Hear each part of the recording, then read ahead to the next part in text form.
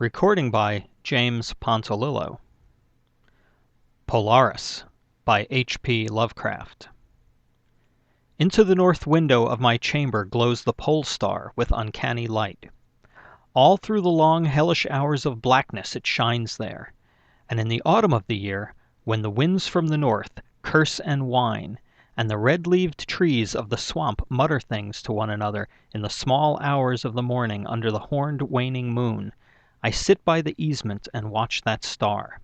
Down from the heights reels the glittering Cassiopeia as the hours wear on, while Charles's Wain lumbers up from behind the vapor-soaked swamp trees that sway in the night wind. Just before dawn, Arcturus winks ruddily from above the cemetery on the low hillock, and Coma Berenices shimmers weirdly afar off in the mysterious east. But still the pole star leers down from the same place in the black vault, winking hideously like an insane, watching eye which strives to convey some strange message, yet recalls nothing save that it once had a message to convey. Sometimes, when it is cloudy, I can sleep. Well do I remember the night of the great aurora, when over the swamp played the shocking coruscations of the daemon light. After the beams came clouds, and then I slept. And it was under a horned, waning moon that I saw the city for the first time. Still and somnolent did it lie, on a strange plateau in a hollow betwixt strange peaks. Of ghastly marble were its walls and its towers, its columns, domes, and pavements.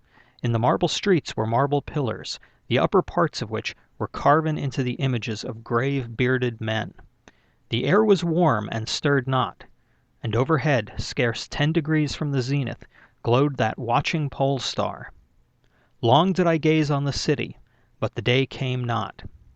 When the red Aldebaran, which blinked low in the sky but never set, had crawled a quarter of the way around the horizon, I saw light and motion in the houses and the streets. Forms strangely robed, but at once noble and familiar, walked abroad, and under the horned waning moon men talked wisdom in a tongue which I understood, though it was unlike any language I had ever known. And when the red Aldebaran had crawled more than halfway around the horizon, there were again darkness and silence. When I awaked, I was not as I had been. Upon my memory was graven the vision of the city, and within my soul had arisen another and vaguer recollection, of whose nature I was not then certain. Thereafter, on the cloudy nights when I could sleep, I saw the city often, sometimes under that horned waning moon, and sometimes under the hot yellow rays of a sun which did not set, but which wheeled low around the horizon. And on the clear nights the pole star leered as never before. Gradually I came to wonder what might be my place in that city on the strange plateau betwixt strange peaks. At first content to view the scene as an all-observant uncorporeal presence, I now desired to define my relation to it, and to speak my mind amongst the grave men who conversed each day in the public squares. I said to myself, "This is no dream, for by what means can I prove the greater reality of that other life in the house of stone and brick south of the sinister swamp and the cemetery on the low hillock where the pole star peers into my north window each night?" One night, as I listened to the discourse in the large square containing many statues, I felt a change, and perceived that I had at last a bodily form. Nor was I a stranger in the streets of Olathoe, which lies on the plateau of Sarkis, betwixt the peaks Noton and Catiphonec. It was my friend Alos who spoke, and his speech was one that pleased my soul, for it was the speech of a true man and patriot. That night had the news come of Dicos' fall, and of the advance of the Inutos, squat, hellish, yellow fiends who 5 years ago appeared out of the unknown west to ravage the confines of our kingdom, and finally to besiege our towns. Having taken the fortified places at the foot of the mountains, their way now lay open to the plateau, unless every citizen could resist with the strength of 10 men. For the squat creatures were mighty in the arts of war, and knew not the scruples of honor which held back our tall, gray-eyed men of Lomar from ruthless conquest. Alos, my friend, was commander of all the forces of the plateau, and in him lay the last hope of our country.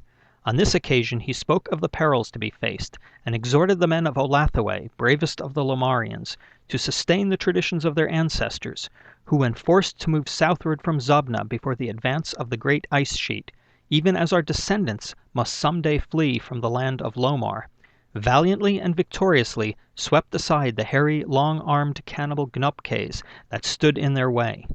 To me Alos denied a warrior's part, for I was feeble and given to strange faintings when subjected to stress and hardships. But my eyes were the keenest in the city, despite the long hours I gave each day to the study of the Pnakotic Manuscripts and the wisdom of the Zubnarian fathers. So my friend, desiring not to doom me to inaction, rewarded me with that duty which was second to nothing in importance. To the watchtower of Thapnan he sent me, there to serve as the eyes of our army. Should the Inutos attempt to gain the citadel by the narrow pass behind the peak Notan, and thereby surprise the garrison, I was to give the signal of fire which would warn the waiting soldiers and save the town from immediate disaster.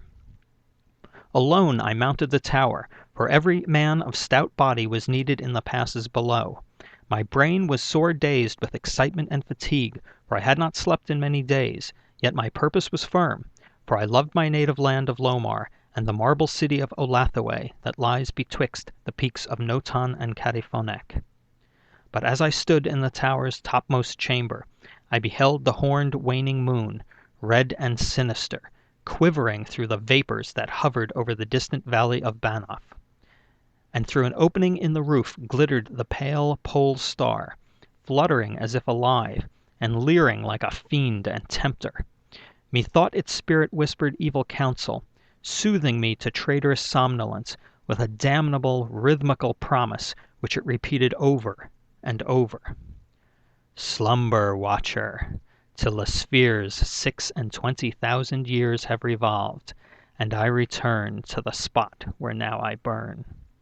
Other stars anon shall rise to the axis of the skies, stars that soothe and stars that bless with a sweet forgetfulness. Only when my round is o'er shall the past disturb thy door. Vainly did I struggle with my drowsiness, seeking to connect these strange words with some lore of the skies which I had learned from the Pnakotic Manuscripts. My head, heavy and reeling, drooped to my breast, and when next I looked up, it was in a dream, with a pole star grinning at me through a window from over the horrible swaying trees of a dream swamp. And I am still dreaming. In my shame and despair, I sometimes scream frantically, begging the dream creatures around me to waken me ere the Inutos steal up the pass behind the peak Notan and take the citadel by surprise. But these creatures are daemons, for they laugh at me and tell me I am not dreaming. They mock me whilst I sleep, and whilst the squat yellow foe may be creeping silently upon us. I have failed in my duty and betrayed the marble city of Olathaway. I have proven false to Alos, my friend and commander. But still these shadows of my dream deride me. They say there is no land of Lomar, save in my nocturnal imaginings, that in those realms where the pole star shines high and red Aldebaran crawls low around the horizon, there has been naught save ice and snow for thousands of years, and never a man save squat yellow creatures blighted by the cold whom they call Eskimo.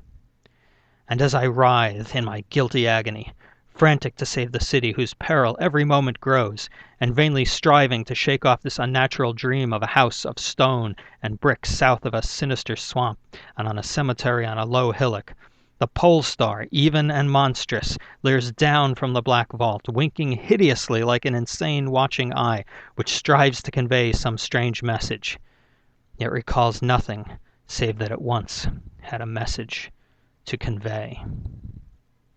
This is the end of Polaris by H.P. Lovecraft.